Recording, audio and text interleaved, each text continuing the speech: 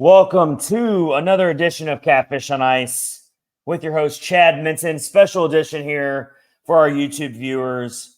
It's episode 230, and it's our collaboration series gearing you up for the playoffs.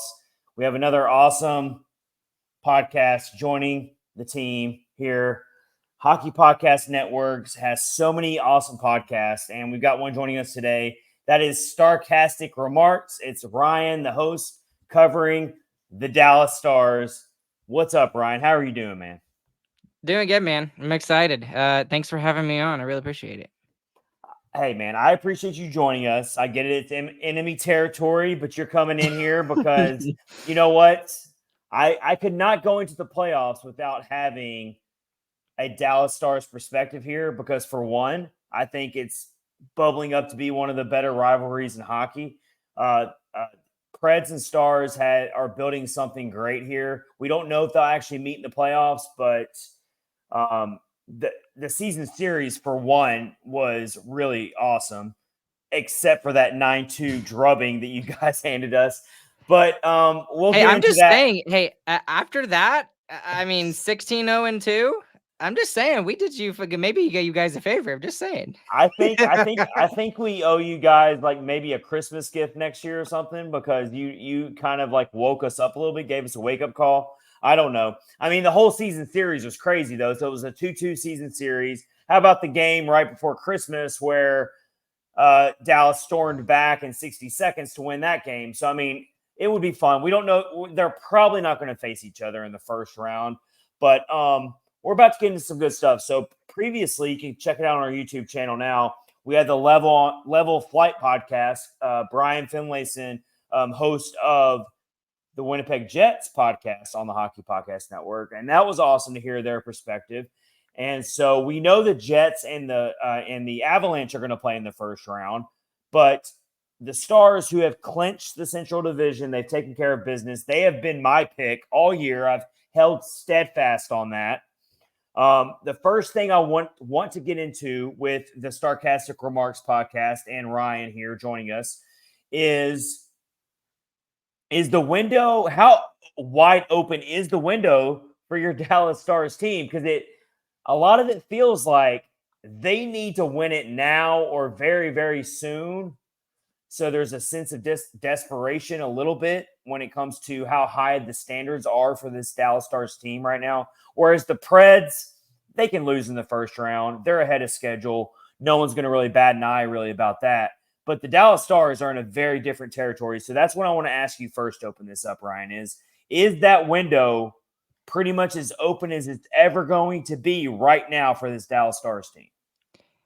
I think you hit the hammer right on the nail there. I think I would probably use a different word other than window. I would say the window is for the Stars is not necessarily right now. I know that sounds crazy considering it looks like we're going to clinch the Western Conference, but the thing that I would say is the expectations. The expectations for this team is ridiculously high right now, and it's not just from the fan base, which we've seen in the past from the fan base, but it's even from people in national media. I've been like yourself, has been kind of singing the Stars' praises since the offseason.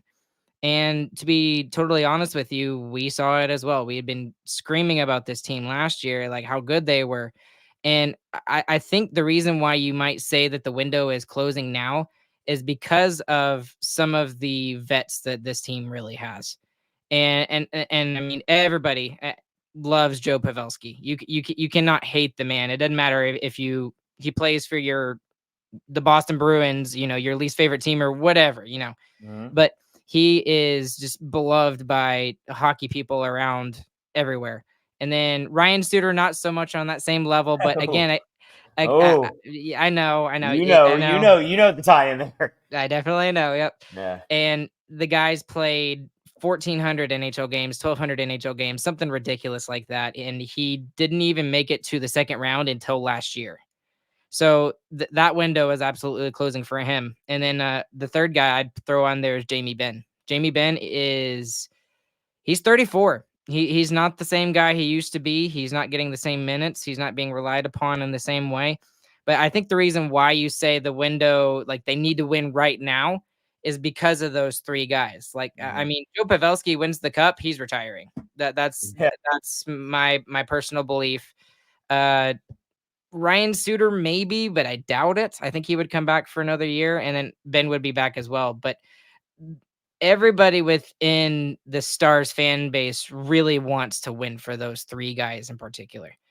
And the reason why I say that I wouldn't use the word window there is because of the ridiculous talent that the Stars have on the young side too. I mean, you got Thomas Harley, who's emerged as our second best defenseman. He's 22.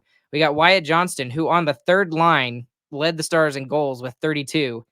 And then we've got our phenom young guy that just came up in the middle of February, Logan Stankoven, and he had like 4 points in one game against the San Jose Sharks, and he's like a point every other game player right now, which is really good for a rookie. So this team has got it's weird. It's weird. That's a good point you bring up. You got the guys in the middle, like the Rope Hints and I would even say Miro at this point. It feels like he's been around forever. You got the old guys, and then you've got the ridiculous young guys. And one of them, like I said, led this team in scoring. Well, and that's kind of why I have been so on, even when you guys, through an 82-game season, every team is going to go through their peaks and valleys, and you guys have been through a few little valleys maybe, but not too many. For the most part, your team has been consistent all year. And so there's been a little hiccups here and there, but the reason why, so me and my very amazing co-host Max Greenberg had a very heated argument over this a couple episodes ago. Like a lot of the playoff teams out there, we were arguing, who do we want to play in the first round? Who's the best draw for the Preds? And we were arguing at the time, Avalanche and Stars, which is like pick your poison, right? But I said Avalanche, and everyone thought I was crazy. I was like, it's not any disrespect to the Avs. I get it. You got Nathan McKinnon, who is a Terminator on the other side. Ridiculous. So much fun to watch. Yeah, I mean, he might just come out and just destroy you by himself, maybe. That might happen against the Avalanche. But I still think a team like Dallas is way scarier for any team that might face them because their depth. You guys are so deep, lines 1 through 4. I don't see you guys having to. The only thing, and I want to ask you this because you're the guy that covers the team. What is the one thing that maybe freaks you out a little bit about this Stars team right now? If you got to pick one thing that gives you pause and you're like, okay, everything else looks great, but this one little thing kind of freaks me out a little bit in a playoff series. Well, there's actually two, to be honest with you. Okay. And one has gotten better than the other, but the second one is I would be more worried about happening in the playoffs. The first one is Jake Ottinger. Jake Ottinger is, I mean, the Stars are going to fall or rise off of his back. If he is not at the very least average or above average, the Stars don't stand a chance. And that is no slight to Scott Wedgwood, who did great for us when Ottinger went down. But when we had rough spots, we were still playing really well. The rest of the team was, but Otter was not. We had 2 games back to back where it was just flat out terrible. We had a really bad game. I forget who it was in the first one, but the second one, we had a really big game against the Florida Panthers. And it got hyped up, and it looked like we were going to rebound off of that terrible game. And then on the first 5 shots, Ottinger let in 3 goals, and it was gone. All the excitement of the game was gone, and we ended up losing the game 5-2. So that's one. I'm less worried about that happening. The one I'm more worried about happening, and it's probably pretty obvious, is the depth on the blue line. The depth on the blue line is not, and I know it looks scary with who we have right now, and we have an amazing top 4, and I would maybe even say top 5. But the thing that is gonna get us is that 6th defenseman, and that's something that it sounds crazy that we argue. It's about, like kind of nitpicking a little bit. Yes, but I appreciate it. Yeah, and the reason why I'm nitpicking is because when you look at the recent Stanley Cup champions and in the last 3 years, when you look at Vegas last year, you look at Colorado 2 years ago, you look at Tampa Bay 3 years ago. Did I say that right? Yeah, I think I said that right. The thing that sets them apart from the Stars when I look at them is all of their top 6. When we went up against Vegas in especially game 6 where we got obliterated 6-0, the thing that I had noticed differently, Miro Heiskanen was playing 28, 29 minutes a night. There was not a single defenseman on Vegas's blue line that played above 23. And all wow, 6 of yeah, them that's played crazy. between 17 and 23 minutes. All 6 of them. So right now, the biggest thing that worries me is we're kind of sheltering our 6th defenseman, who is Nils Lundqvist, his former New York Rangers prospect, and he's doing okay, but he makes these stupid mistakes sometimes. And then on the other side, we have Yanni Hakanpää, who is still hurt and not in the lineup yet. And between those two guys, we just have not been able to figure out which guy can play better with Ryan Suter on that bottom pairing. Ryan Suter is like here, and the other two are just down here. They cannot play with Ryan Suter. They just don't know how to play with him very well. So if that's something that worries me immensely going into the playoffs, and maybe not necessarily for the first round, but if you go up against Vegas in the first round, or you go up against Vancouver in the conference final, or even Colorado in the second round, I would be extremely worried about the depth on the blue line. All right. So we got Ryan from Starcastic Remarks in our collaboration series here with the Central Division playoff teams here on Catfish Ice. A lot of fun here. Going to get into some other stuff. So I want to pick your brain on this, Ryan. So, and you can be totally honest here. This is an honest space.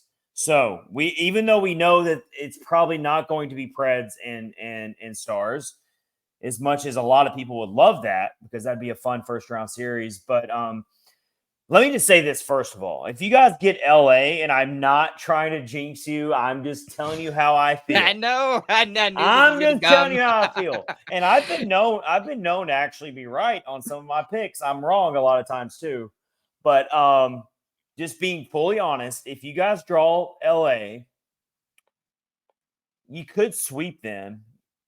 I will be really upset with you guys if you don't beat them in 5 at least. I feel like it's just as big of a gap that you can ask for in a first round series. Now that doesn't mean that you guys couldn't lose it. Upsets happen all the time. That's why we love the Stanley Cup playoffs. But on paper, for me, if you guys draw LA in a first round series, I'm going to watch it because I love playoff hockey, but I'm not going to be like watching that series thinking anything more than Dallas is going to basically handle this series pretty easily, and they're going to be resting some guys and get ready for the second round. So I want to get your thoughts on that first, and then I want to get more into some Preds talk here and your thoughts on the Preds. But I want to get your thoughts on that first. How are you feeling about the highly probability that you're going to face LA, but it could still be Vegas too?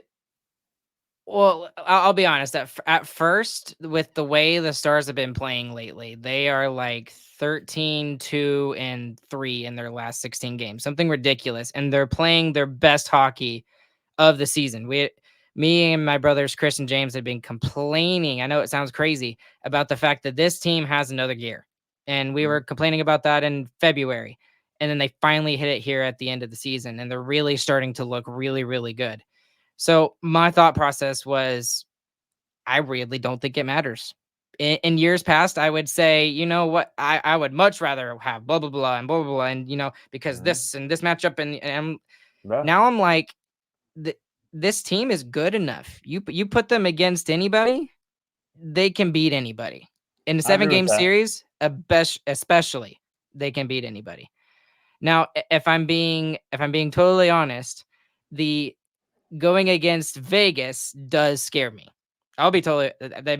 I mean, with the fact you've got Jack Eichel, you've got Thomas Hertl there now. Pietrangelo may be back for the playoffs. I don't think he's going to play game 1 or game 2, but he might get back in the first round sometime. Mark Stone is back. confirmed. big We don't mirror, know. yeah. We don't know when he's going to be exactly ready. We'll wait and see how that works out. But yeah, and then they've got Aiden Hill, who is he can definitely morph into the best goalie in the league for the playoffs. So yeah, Vegas is definitely a first round spoiler. Don't pay attention to their playoff seeding at all. It doesn't really matter. And that's the thing that scares me the most, is that the Stars, and they haven't been that way this year. They're not going to get big headed about it. They're not going to take Vegas for granted at all. No. But in some ways, the LA series also worries me a little bit too, because we have completely dominated them in the season series. It's not like against the Predators, where it's been pretty evenly matched. Well, the two teams know each other probably a little bit better as well, so they got that factor into it.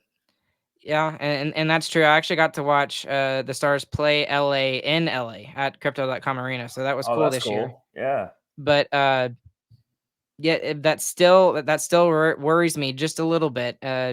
Facing them too. But I'll lean back on my whole thing of, I don't think it really matters who we play in the first round. I think well, we're it just going to shouldn't win. matter for where you guys are in your Stanley Cup caliber path that you're in right now. In my opinion, and a lot of people's opinion, it shouldn't matter who you face.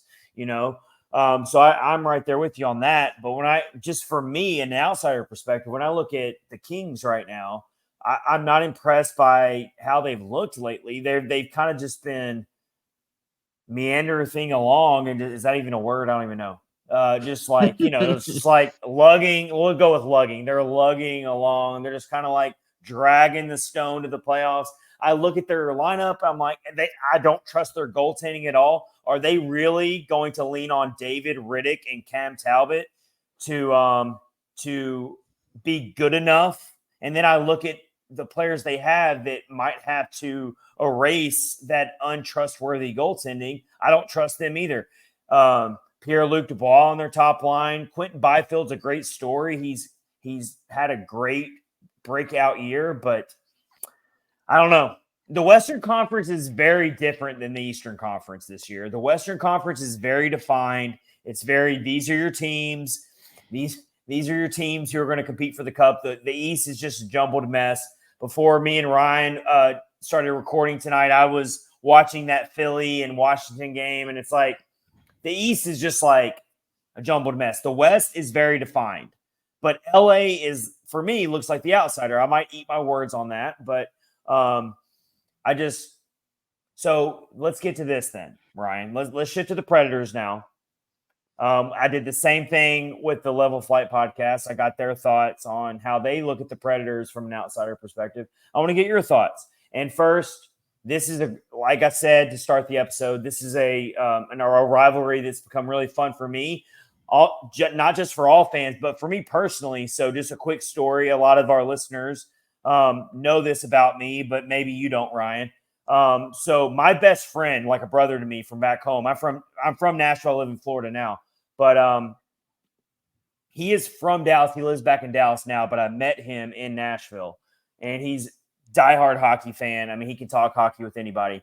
Diehard Dallas Stars fan, and we would always go to every Dallas Preds home game in Nashville every year together, and we would duke it out. We would have all this fun arguing. And he's so pumped about this year's team. And so he's going to watch this episode tonight with me and Ryan here, and he's going to have a lot of fun. But I want to hear from you, Ryan, and you're going to be talking to my boy Clayton, my diehard Dallas Stars brother, who's back home in Dallas now. What do you look at? What do you think about the Predators? What do you think about the run they went on after the Stars beat them 9-2? How shocked are you? Are you as surprised as everybody else, or did you always think with Ryan O'Reilly and some of the moves they made that the Preds were actually going to be kind of a fit for a lot of teams this year? I know that this might come as a surprise, but I was not surprised. I really honestly wasn't. You have to look at who you have, and you know your superstars can take you a long way. And one of the things that I'm going to jump from thought to thought because there was a bunch of thoughts I had coming up, but the team that the Stars saw was it February when that happened? Yeah, it Okay, was mid-February. It was mid-February. is absolutely not the same team that we saw. It's not even close to the same. And y'all have locked it down defensively way better than Gotten you did better. Gotten a in little that better, game, in yeah. my opinion. And I think the key factor in all of this is UC Soros. It Mhm. really is. And when you look back at the Stars and the 2020 bubble playoff run, sorry, try and say Yeah. that 10 times fast. Yeah, no, I'm You not gonna try. I'm not gonna try, Ryan. right. Don't even But ask me. the one thing we were able to rely upon that we didn't know we had was Anton Hudobin. Who would have thought that that was going to be a thing going into the bubble like that? And I think that's something that that Nashville Predators fans have that a lot of teams don't. And same thing with Winnipeg. That Winnipeg has got Connor Hellebuck, one of the Mhm. best goalies the past 10 years. And as long as you've got that guy, as long as you've and You have a I would chance. I You would have a chance. argue that both of those guys are better than Jake Ottinger, and that's coming from a Stars fan. So Well, yeah, I mean, you're being non-biased, and I appreciate that. And you are right on that. But there's still talks that the Preds are entertaining trading QC Saros this offseason. That's not off the table. Um, I think a lot of this is riding on what happens in these playoffs. I mean, Barry Trotz, the new general manager of the Predators this first year, he's made a lot of great moves. He is such a wild card, Ryan. We don't know what his GM style is yet. I mean, he threw us all for a loop since he got here. I mean, no one saw the Predators, who were supposed to be a rebuilding team, go out and get Ryan O'Reilly and Luke Shen. And, Luke Shen's grown on me a little bit. I'm still not totally in love with the money they paid Luke Shen. But Luke Shen in a 7-game playoff series, and Ryan, you were just talking about your worries about your third pairing for the Stars. Well, when it comes to Luke Shen on your third pairing, I don't think you really have to worry too much about Luke Shen doing playoff duty for you in terms of being a wrecking ball by the net. If you drive the net, he's going to make you pay. He's not out there to score points. He's not, but I didn't get it at the time. And so what I'm trying to get at is Barry Trotz is such a wild card. And so, yes, UC Saros is coming up on his last year of his contract. And so that is like no one knows what's going to happen with UC Saros. This could be his playoff run. And then Barry Trotz decides, you know what? We tried. We had one last playoff run in us. It's time to trade Saros to the Devils, whoever wants him, and we're going to take a haul in. But for this playoff series, you're right, Ryan. That is still our saving grace. But I want to ask you about Roman Yossi and Philip Forsberg and how you view them in their seasons right now. Their seasons have been ridiculous, and Philip Forsberg has been really good all year. I feel like he's been fairly consistent, and you could probably speak to that more than I could. But from an outside standpoint looking in, he's been very consistent, at least on the scoreboard. I would say I don't know about the play Yeah. overall and everything. His two-way play, obviously, but uh, he's been fantastic. Now, what I have seen, especially more from, is Roman Yossi. That second half, I really started actually watching more Preds games because people kept telling me about, hey, you gotta watch what he's doing. He has stepped up his game 100%, and I saw it even more when we were in the when y'all were in that 18 game point streak, and how ridiculous his second half of his season has been. And again, it's another guy who you can rely upon to get you a big goal at a really big time. And that's something that, again, like, no offense to the Capitals, but the Capitals don't really have that kind of guy. And I would probably maybe even argue that even though the LA Kings have Kopitar and they've got Drew Doughty, I would much rather have Roman Yossi and Yeah. Philip Forsberg than those two guys, right? At least right now. So here's why a lot of people, I think, are kind of sipping the Kool-Aid on the Predators a little bit is I think that the Predators actually have better depth than they could have ever said they had under John Hines. They have the most depth they've had for a playoff series to actually win a playoff series since their President's Trophy season back in 2018. Like, I mean, it's been that long. They've made the playoffs a couple times since then. They made the little play-in round during the bubble and lost to the now Salt Lake City Coyotes, I guess. Yeah, I know that's rough, man. That's another story. I feel horrible for those fans, by the way. I really do. But yeah, it feels different. Now, does that mean the Predators are going to win the first round just because I feel that way? No. I mean, it's hard to win a 7-game series in the Stanley Cup playoffs. That's why it's the hardest trophy to win in sports. You have to win 4 7-game series. It's crazy after you just got done playing an 82-game season and all your guys are beaten up and all your guys are just trying to just drag this across the finish line. That's why we love hockey. But when I look at the Predators and when I look at your Dallas Stars team, probably even hot, I would obviously put the Stars further ahead than the Preds because I think you guys have more top-end talent. But I look at the two teams in similar fashions in terms of both teams have quality depth. So the Predators, their fourth line has been insane. They start their game every game with their fourth line.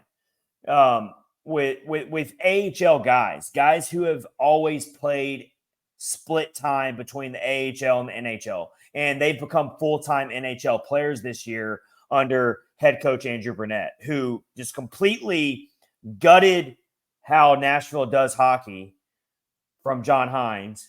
No offense to John Hines, but he just flipped it. He said, and it took some time, and I think that I don't know what flipped the switch in that 9-2 loss to Dallas. I don't know why that was the magical turnaround. It could be a coincidence. Everyone loves a good story in sports, so we can write stories based off that. But I just think that something clicked after that game, and these guys realized we're playing like shit right now. And, there's all these fun taglines about the U2 concert, and they were going to this. Yeah, it writes itself, right? But I think it's just really more or less these guys realized we're playing like garbage right now, and we're way better than this.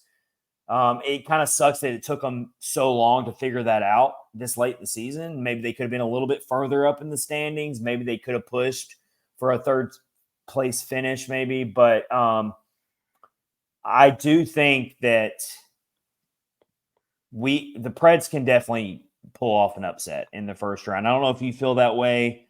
You don't have to butter me up on that. It looks like they're going to play Vancouver. How do you feel about a Preds-Vancouver series? Do you think it could at least go 6 or 7? I know Vancouver's good. Here's the thing about Vancouver, Ryan. I want to get your thoughts on this.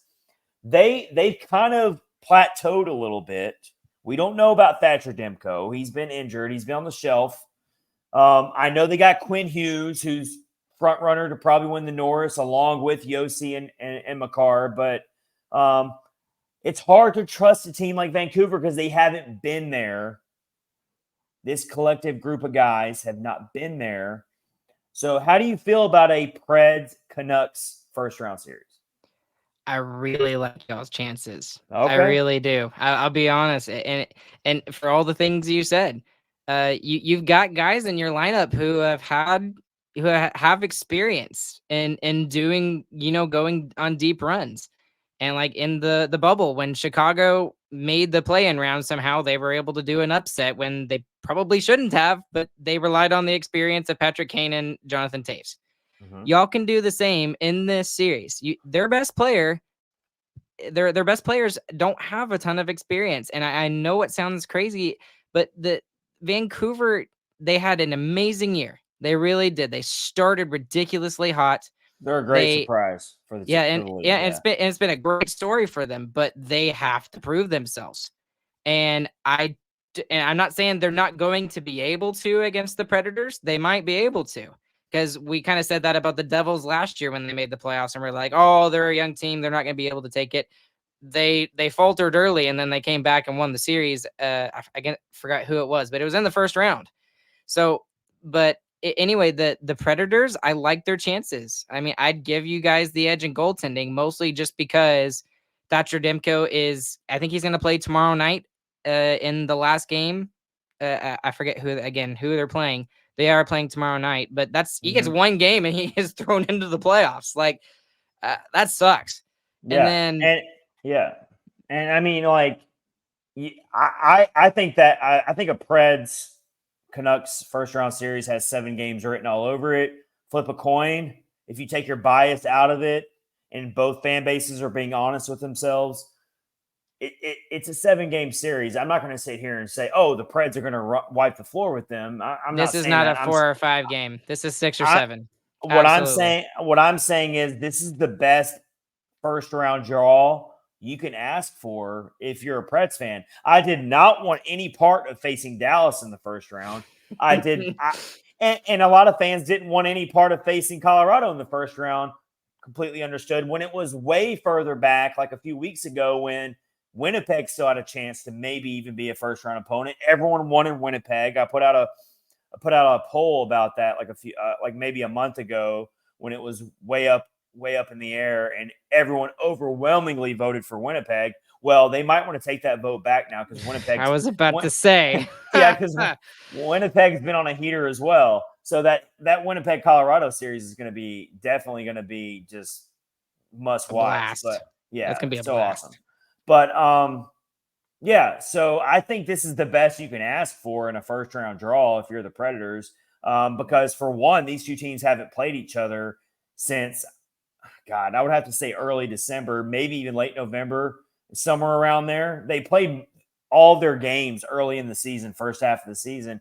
And even though the Canucks did sweep the season series, if, ands, or buts, I know, but each one of those games, you want to talk about the Preds are a different team since they played Dallas in February. The Preds are definitely a different team since the last time they played Vancouver.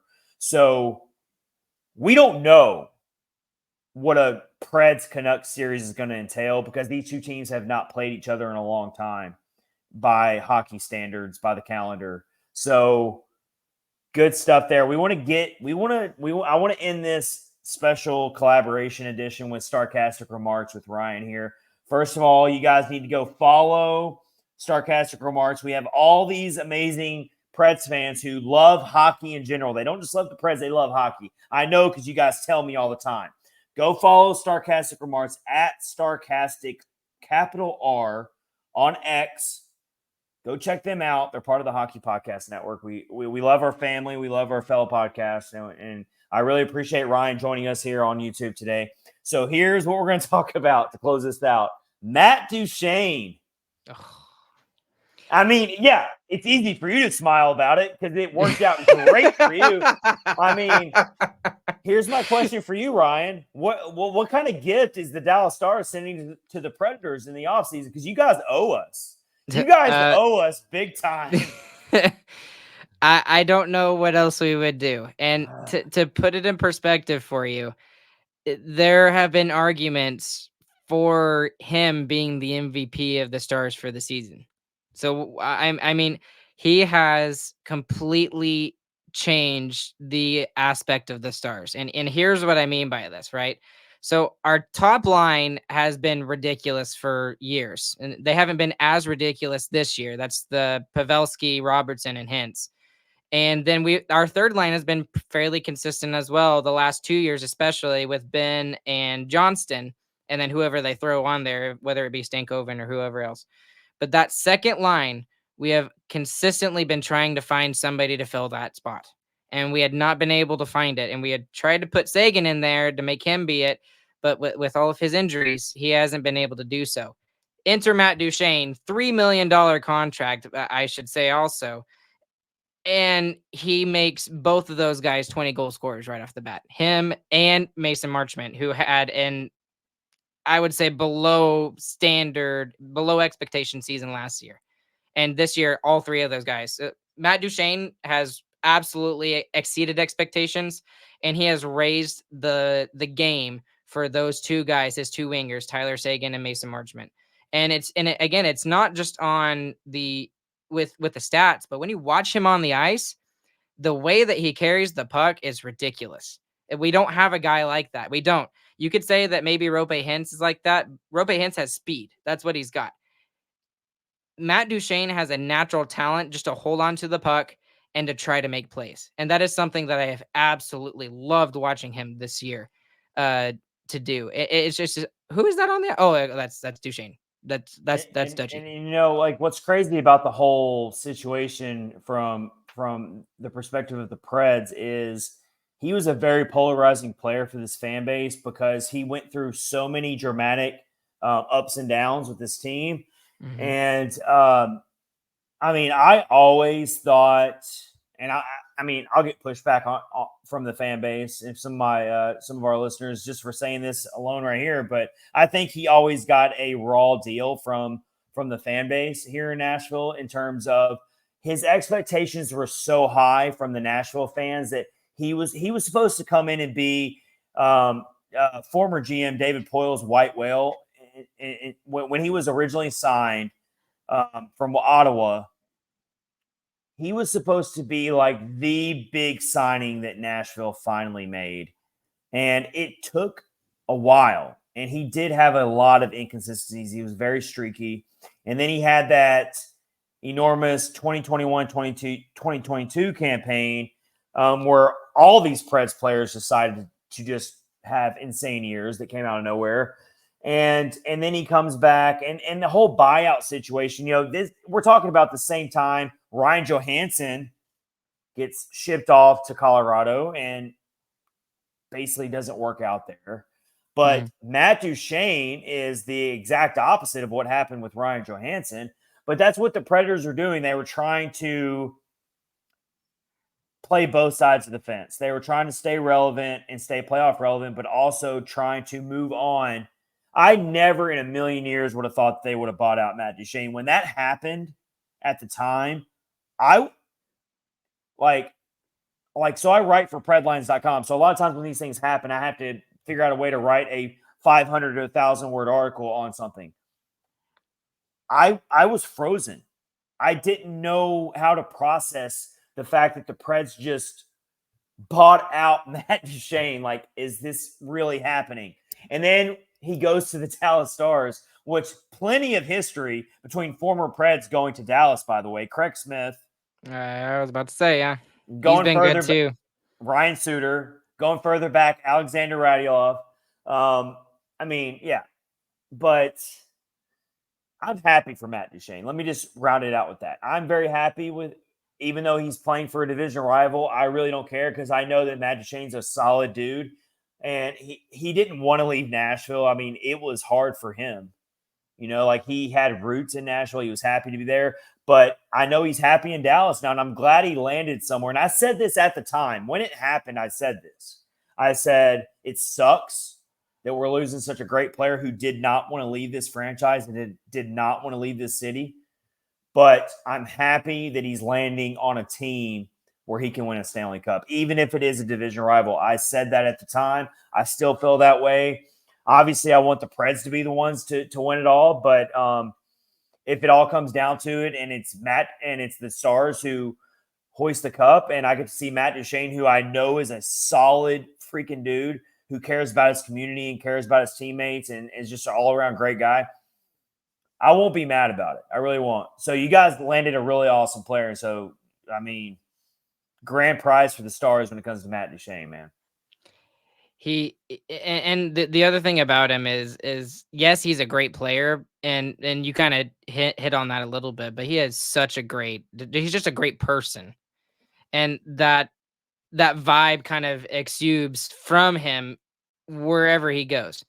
Like the same guy you see on camera is the exact same guy that you see off camera, and whether you like it or not, there are players that are different in front of cameras and not in front of cameras, but that's what I really admire about Matt Duchene and the fact that he's the same guy, whether you get him in a specific situation, and then he's so willing to get, especially people in the media, give him his time.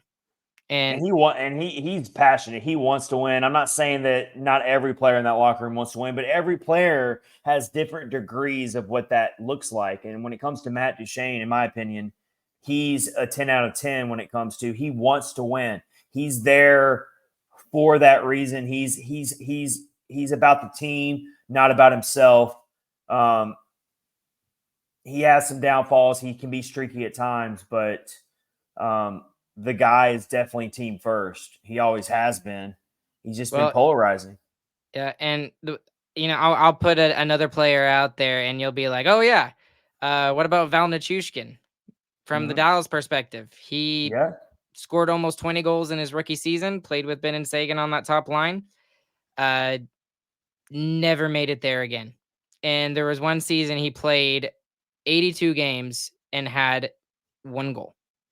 And There's now looking at him in Colorado, you're like, how is that even possible? Yeah. Like, it's not. And you look at him, the same player that he is now, there's not a chance. So sometimes it's just changes scenery. Exactly. That's all you need. And then sometimes the guy goes off. And to a lesser degree, and then we'll close this out, but there's so many connections between Dallas and Nashville when it comes to trading players from both directions. But let's look at it from the opposite direction. Dallas players going to Nashville, not to the same degree of success, mind you.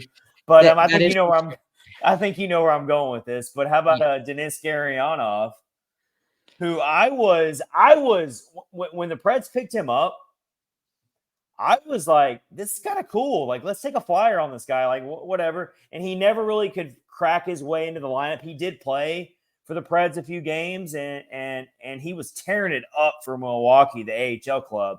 And he's just never been able to figure it out. But I know he had high hopes when he was originally with Dallas. He scored 4 goals in a playoff game once. I mean, come on now. But he just never was able to figure it out and make it consistent on the NHL level. That's a guy that I would have taken a flyer on as well if I was any other team. I feel so bad that he just never was really, and still has not gotten to that level. And right now he's looking more like a project than a prospect. Yeah. And I think he's 26 now, 25, 26. He's still got time. But he's running out of time, but he's still got some time. If he's just, and that I was kind of hoping that it could maybe work out with the Preds in the style that Andrew Burnett runs, because he is such a good gifted shooter and he's got some speed. And even in the games he played for Nashville, he showed a lot of that. I mean, there were games where his speed was being showcased. The problem was he was getting, just like any guy in the bottom 6, getting buried in the depth chart. He wasn't getting a lot of ice time. Maybe he didn't have the most gifted line mates at times, but the speed was there. The ability to get shots off was there. He just couldn't really break through. And then eventually the Preds had plenty of options and he got moved out. But it's a tough league, man. It's a tough league to make it. But Ryan, it's been awesome, man. Thank you for joining this collaboration series, getting ready for the 2024 Stanley Cup playoffs. It feels good that I'm able to do this and the Preds are actually making the playoffs, because I'm going to be honest, going into the season, if you would have made me pick, I was very much on the fence about it, but I know you said you were actually you're not too surprised. But for me, covering this team nonstop for the last 6 years, I would have leaned towards they're probably not going to make the playoffs this year. I thought that they were going to maybe come close, but I didn't see them making the playoffs, and I certainly didn't see them actually having a good enough team to maybe even win a first round upset. So it's been fun, man. I'm glad to talk hockey with you and the team you're covering, and it's been fun, man. Of course, thanks for having me on, man. It's been an absolute blast, and I will definitely. I know there will be some Stars fans who are gonna come at me on X or whatever, but I will be rooting for them over the Canucks in the first round. Man, it's all. Hey, we got you on film. I'm putting that on. Yeah. Clip it. Do it. I'm tagging Texas hockey, and I'm putting you on blast, Ryan. Do it, man. Do it. I'll come to your defense. No, Dallas Stars fans. I've been to a game down there in Dallas with my buddy, the same guy I was talking about, Clayton. And wearing my Preds gear, and just fun, like back and forth. We hung out in the plaza. Awesome hockey plaza. Going to a Dallas Stars game, by the way, for all our Preds fans here who love going to road games. You haven't been to a game in Dallas, you need to go next year. Start making your plans. Go to a road game in Dallas. It's a lot of fun. It's awesome right outside the arena. The fans are awesome. It's a great place to go see a game. I had a lot of fun going to a game there. So the game I went to was right before the COVID shutdown in 2020. Oh, yeah. Okay. I actually remember that game very well just I because think it of was when it happened. I think it might have been a 1-0 Preds victory. I think Sorrow shut you guys out, but it was right before the world changed forever with COVID. But yeah, awesome atmosphere. I will definitely go back it's a matter of when, not if. I will come back down to Dallas to see a Preds Stars game. It's a great growing rivalry. So we're going to get out of there with that. This has been episode 230 of Catfish on Ice with Ryan of Starcastic Remarks, fellow podcast on the Hockey Podcast Network. We will see you guys later. Let's get ready for the 2024 Stanley Cup playoffs. Take care, everybody.